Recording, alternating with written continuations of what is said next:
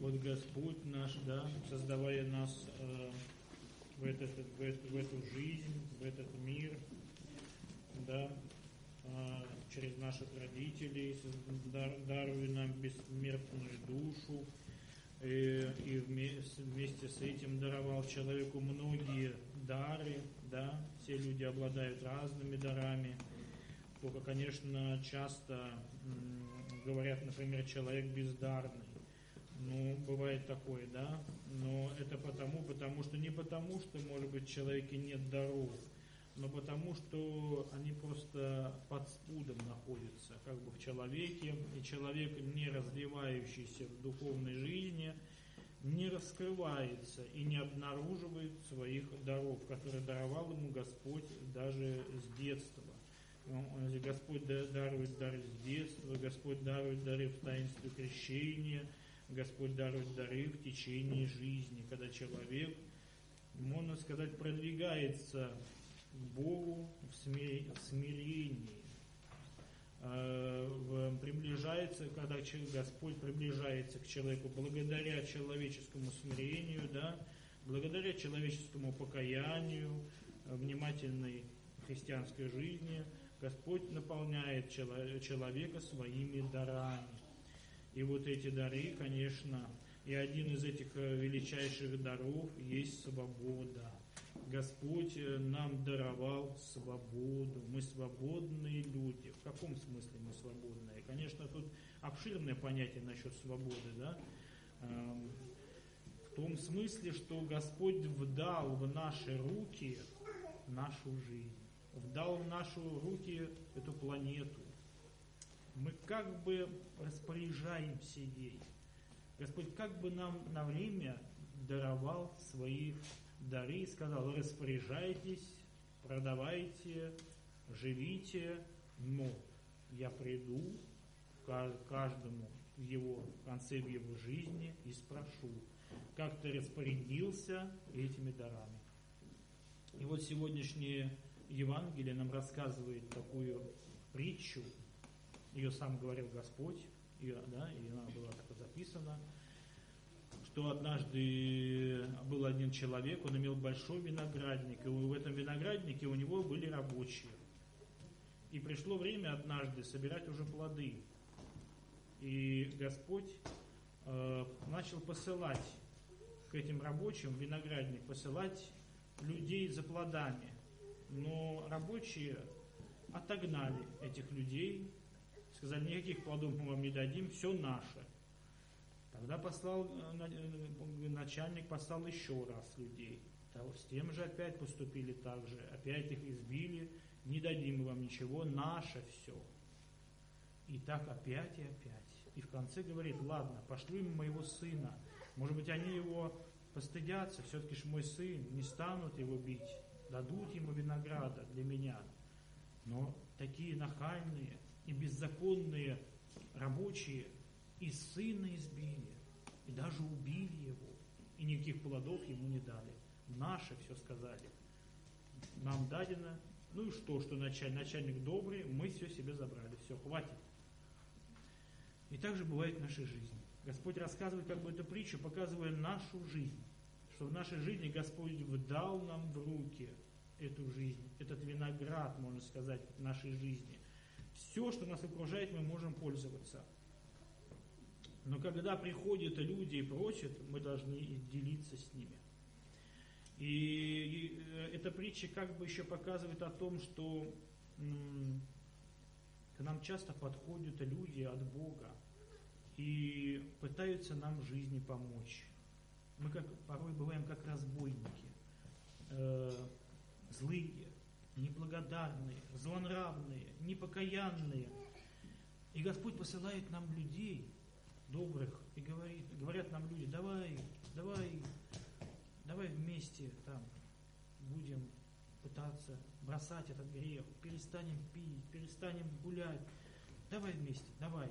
А мы ему говорим: нет, пошел ты подальше.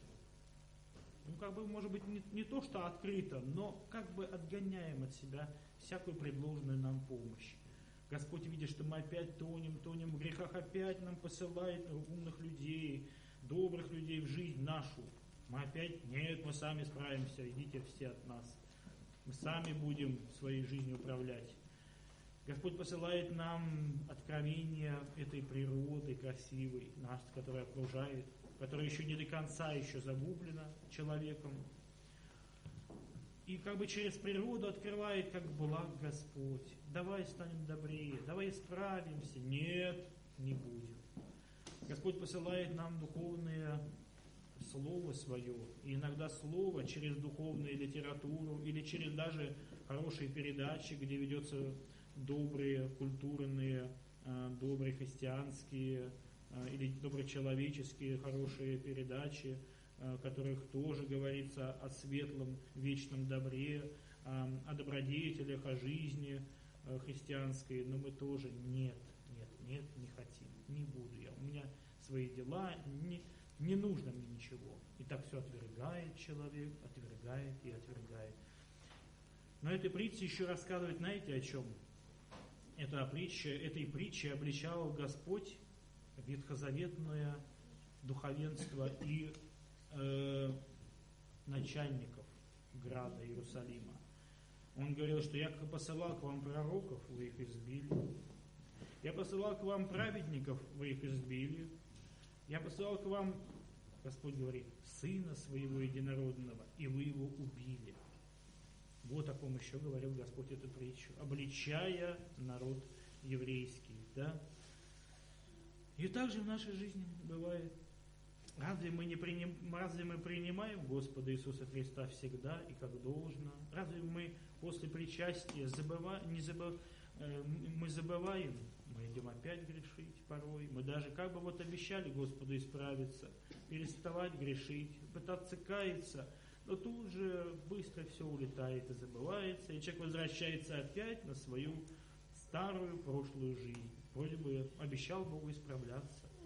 И так все отвергает человек Божественного Сына, который постоянно, не только в пречистых тайнах Христовых, но и так, невидимо, стучится каждому в его сердце. Стучится и говорит, ну давай я тебе помогу. Только доверься мне, перестань вот это вот зло делать. Хочется тебе, я знаю, тебе хочется очень этот делать грех. Он для тебя стал как натура, он сладкий для тебя, но надо бросить его. Потому что не могу я к тебе в сердце пройти, пока ты любишь зло. И пока ты не встанешь на путь борьбы и покаяния, не могу я благодати своей даровать тебе дары свои. И ты как бы страдаешь без меня, говорит Господь. И стучится Господь так каждому в сердце. И стучится Он через болезни. Бывает, когда мы лежим на операции, как мы молимся, как мы каемся, как мы обещаем исправиться.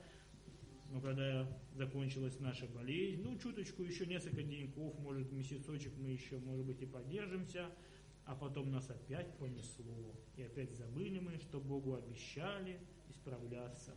А как посылает Господь нам в жизнь любимого человека, да?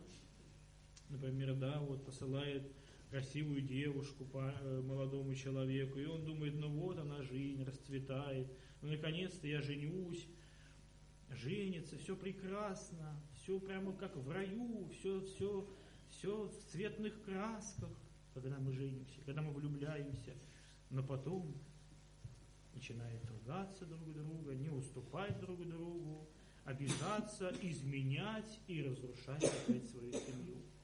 И вот так всегда Господь стучится в сердце человека через прекрасные создания свои. И что в итоге? И вот мы должны, наблюдая и видя всю эту картину, историческую картину в нашей жизни, ведь же мы не совсем же мы еще потеряли внимание и память, ведь же видим мы, как часто Господь к нам приближается, как бывает часто Он нас хочет как бы к себе утянуть. В каком смысле?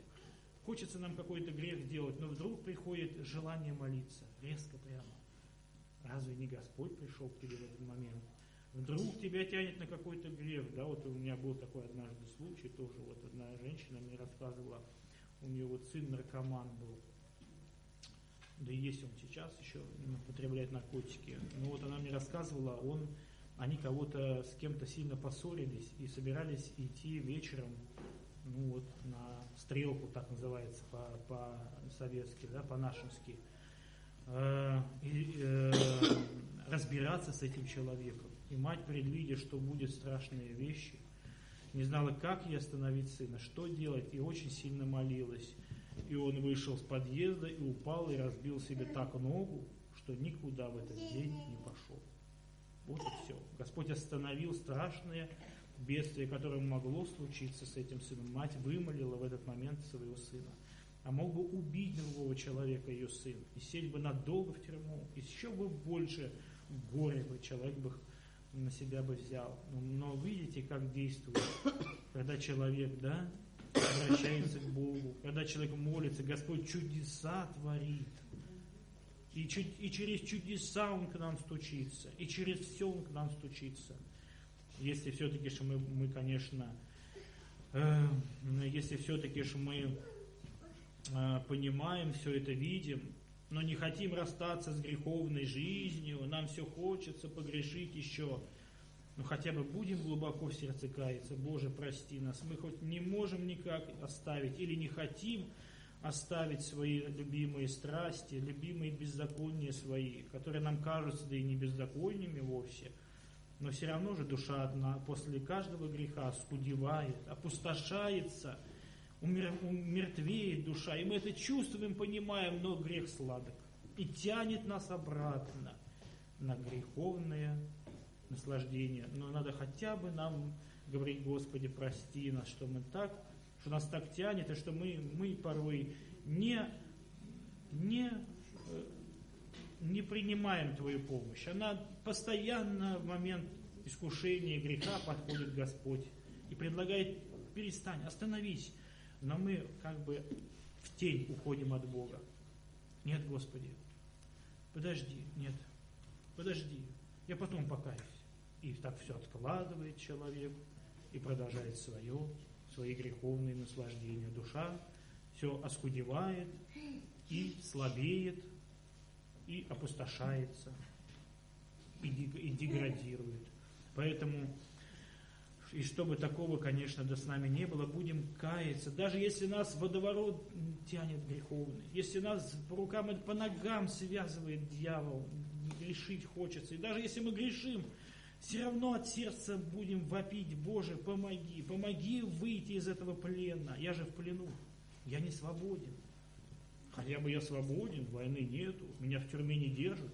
Но я не свободен, говорит человек, я весь в плену, меня так связал сатана, что я не могу, понимаю, что надо, но не могу бросить. Но знаю, что могу, если очень буду просить у Тебя, Господи, помощи. Ты мне поможешь. Я знаю, Ты же всемогущий Бог. Как же Ты помогал всем святым людям.